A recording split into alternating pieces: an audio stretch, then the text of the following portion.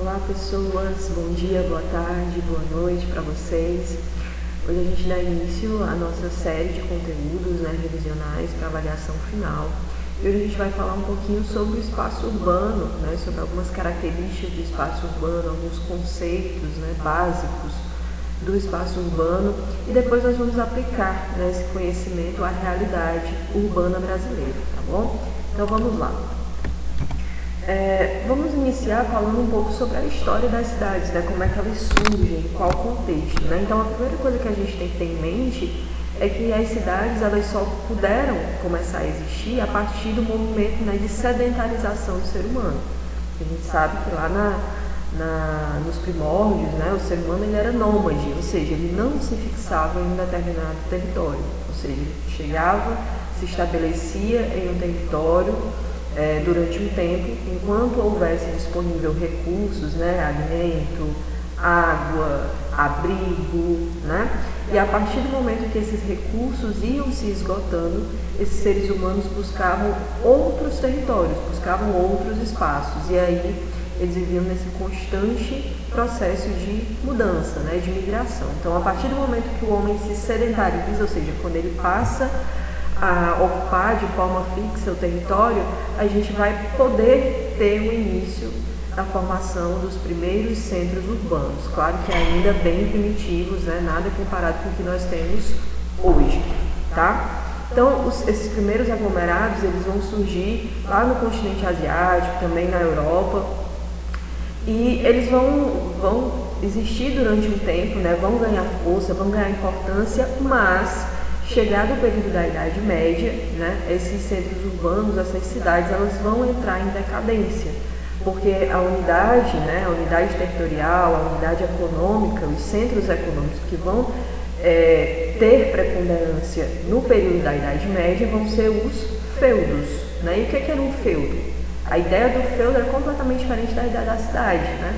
Ao passo que a cidade a gente fala de uma grande estrutura aberta, com trocas comerciais, serviços, os feudos vão ser unidades produtivas fechadas, muradas, onde basicamente a atividade que vai existir são as atividades do primeiro setor, as atividades agrícolas, pecuaristas, extrativistas, e aí eles eram meio que autossustentáveis, eles produziam tudo o que necessitavam, então as transações comerciais eram praticamente inexistentes. Só que com o passar do tempo, a população vai crescendo, a Europa vai passar por um período de paz, vamos dizer assim, que permitiu com que a população crescesse, muito em pouco tempo, e esse grande crescimento da população vai gerar um excedente, então os feudos eles começam a se tornar pequenos demais para aquela população, e aí a gente vai ter o surgimento das vilas e dos burgos, já voltando o fortalecimento das atividades comerciais, das feiras, e aí você vai ter um renascimento das cidades, as cidades começam, claro que gradativamente, a retomar a importância que tinham lá na antiguidade, tá bom?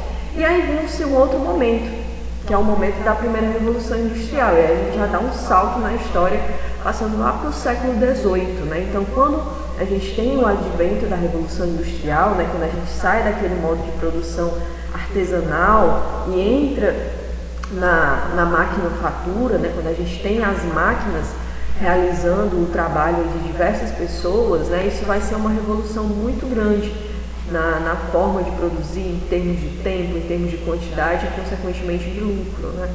Então, a gente vai ter uma expansão dessas cidades e o surgimento também de novas cidades, de novos centros urbanos, agora não mais atrelado à atividade comercial, mas atrelado à atividade industrial. Então, vai ser nesse período que muitas pessoas vão deixar o campo em busca desses centros industriais que surgiam. Então, na Europa é muito comum que grandes cidades tenham se consolidado ao redor dessas áreas produtivas, desses grandes centros industriais. E aí, pessoas, já falando com relação aos conceitos, a primeira coisa que eu quero que vocês tenham em mente é que urbanização é diferente de crescimento urbano. Então, quando vocês escutarem esses dois termos, esses dois conceitos, vocês tenham em mente de que se trata de duas coisas diferentes. Então, quando eu falo de urbanização, eu estou falando de uma migração do campo para a cidade, o famoso êxodo rural, né? Então, eu vou ter uma saída gigantesca de pessoas do campo em direção a esses centros, né, que inicialmente eram os centros industriais.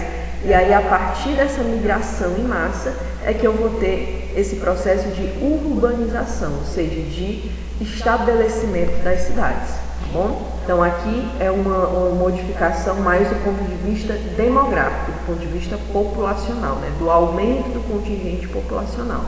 Quando eu falo de crescimento urbano, aí sim eu já estou falando da expansão das cidades já existentes. Eu estou falando de uma cidade que já existe, né, já está consolidada, mas que por conta do aumento dos fluxos, né, da própria população em si, ela tem que se expandir, né, ela vai crescendo, né, fisicamente, né, de forma concreta, para dar lugar a mais habitações, mais indústrias, escolas, hospitais, todos esses serviços, né, todo o setor comercial que é demandado por uma população crescente, tá certo? Então essa é a principal diferença entre esses dois conceitos.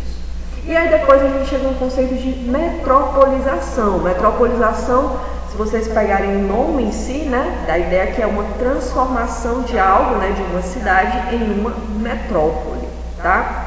Então, esse processo ele vai originar o que a gente conhece como região metropolitana, que nada mais é do que grandes aglomerados, né, grandes aglomerações de cidades periféricas que têm a influência de uma cidade central, que a gente chama de metrópole, né, que geralmente é uma cidade de maior porte, não necessariamente em termos territoriais, mas em termos populacionais e principalmente em termos de especialização e oferta de serviços, tá bom, pessoal?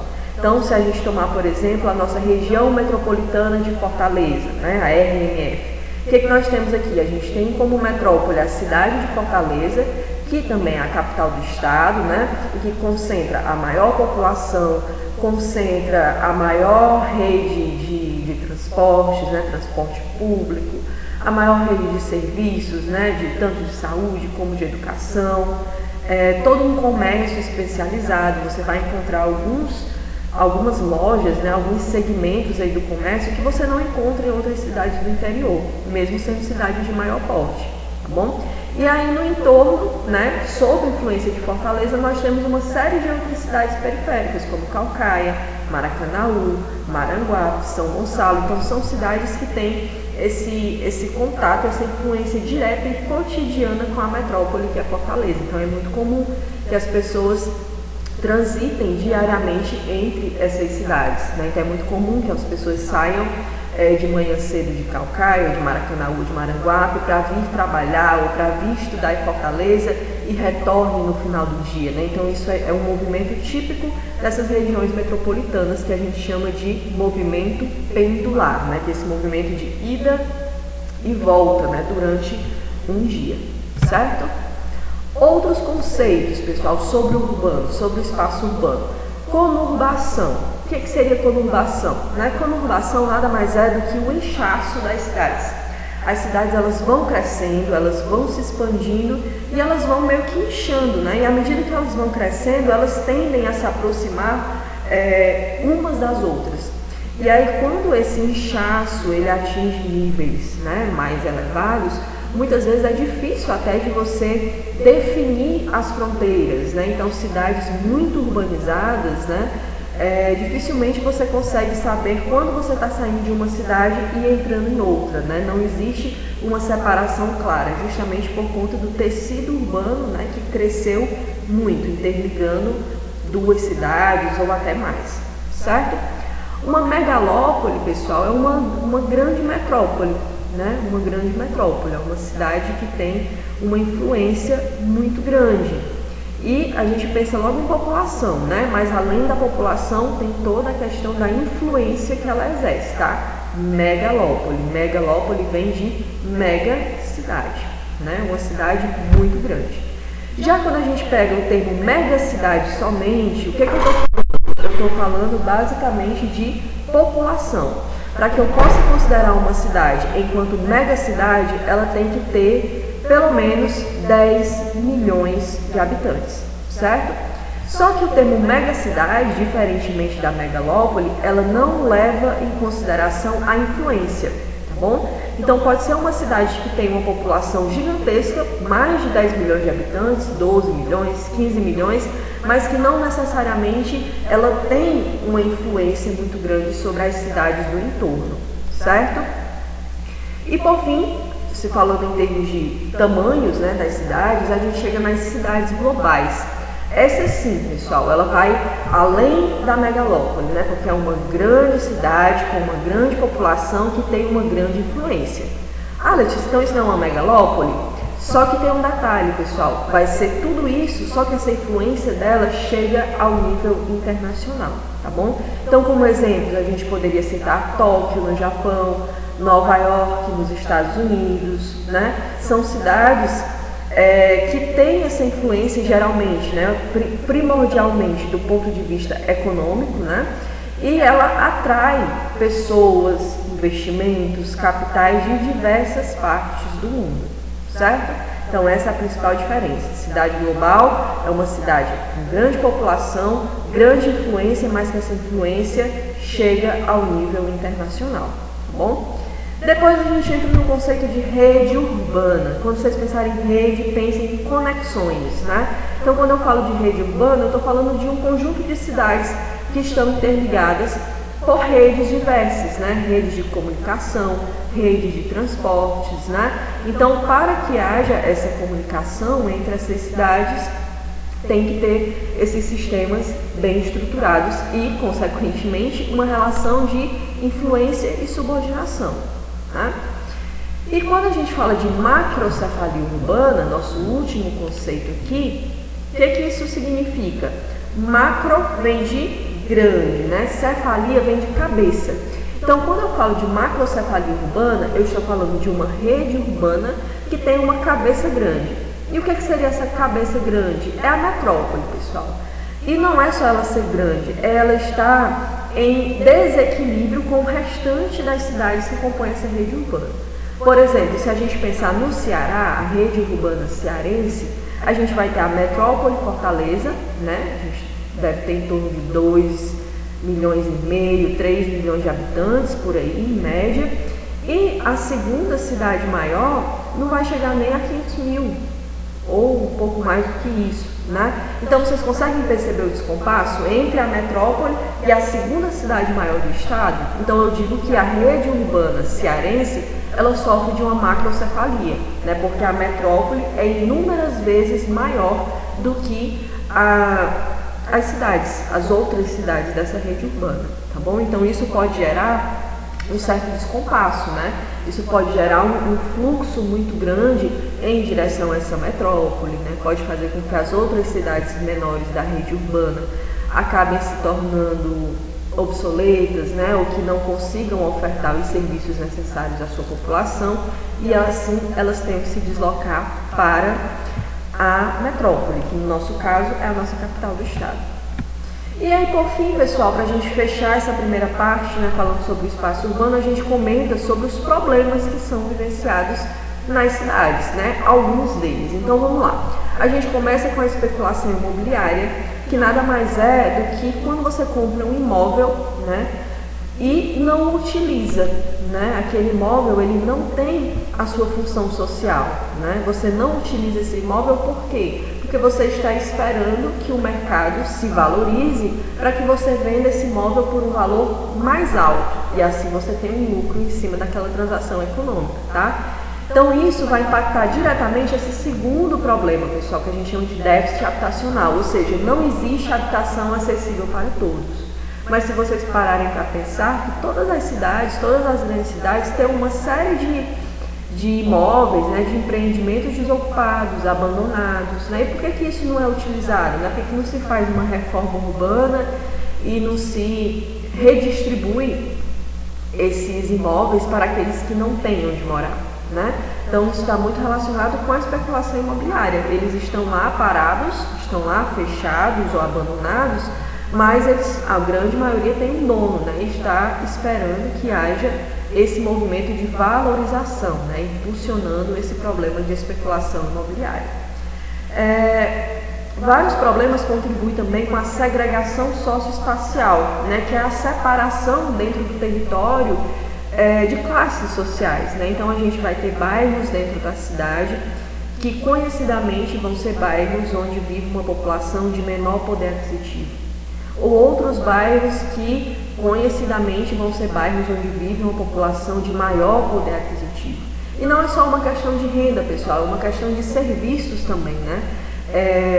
É notório que nesses bairros que a gente comentou que existe uma população de menor renda, certamente os serviços que vão chegar até lá, eles vão ser bem mais escassos do que os que chegam nos bairros onde a população possui uma renda maior, né? Então isso vai contribuir para que esses bairros mais pobres tenham uma falta de saneamento básico, ou seja, não tenha uma coleta de esgoto, não tenha uma coleta de lixo regular, não tenha uma distribuição, né, regular de água, né, água tratada, diferentemente do que acontece em áreas mais nobres da cidade, tá?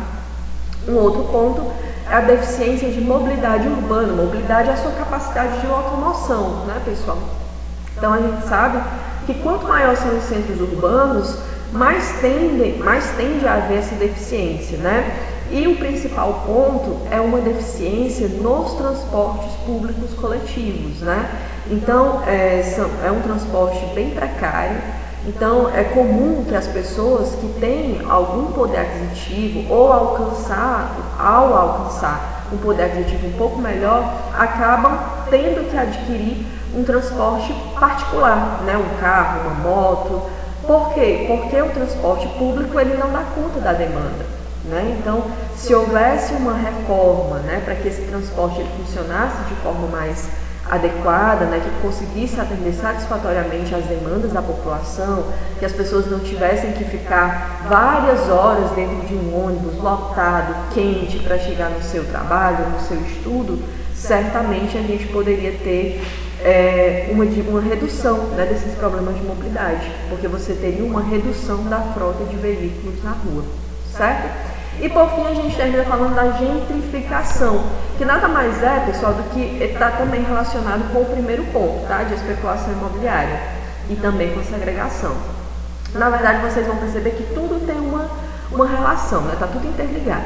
Então a gentrificação nada mais é do que a valorização de algumas porções da cidade com o objetivo de valorizar aquela terra, né? Aumentar o valor daquela terra. Então isso está diretamente relacionado com a especulação imobiliária. Só que qual é a grande questão disso? A grande questão é que geralmente isso acontece em regiões mais pobres, né? Onde você tem uma população de menor renda. E aí essas pessoas elas ficam à margem desse processo de decisão. Muitas vezes elas são removidas, né, do seu local de origem para outras regiões distantes com as quais eles não têm o menor vínculo, né, de afetividade e tudo mais. E aquele território, né, ressignificado, revalorizado por conta das melhorias, acaba sendo espoliado, né, acaba sendo tomado dessa população, tá bom? É isso, pessoal, a gente finaliza por aqui, essa é a nossa primeira videoaula. Na próxima a gente vai aplicar um pouco desses conhecimentos, desses conteúdos que nós vimos hoje para a realidade urbana do Brasil, tá bom, pessoal? Tchau, tchau, até a próxima.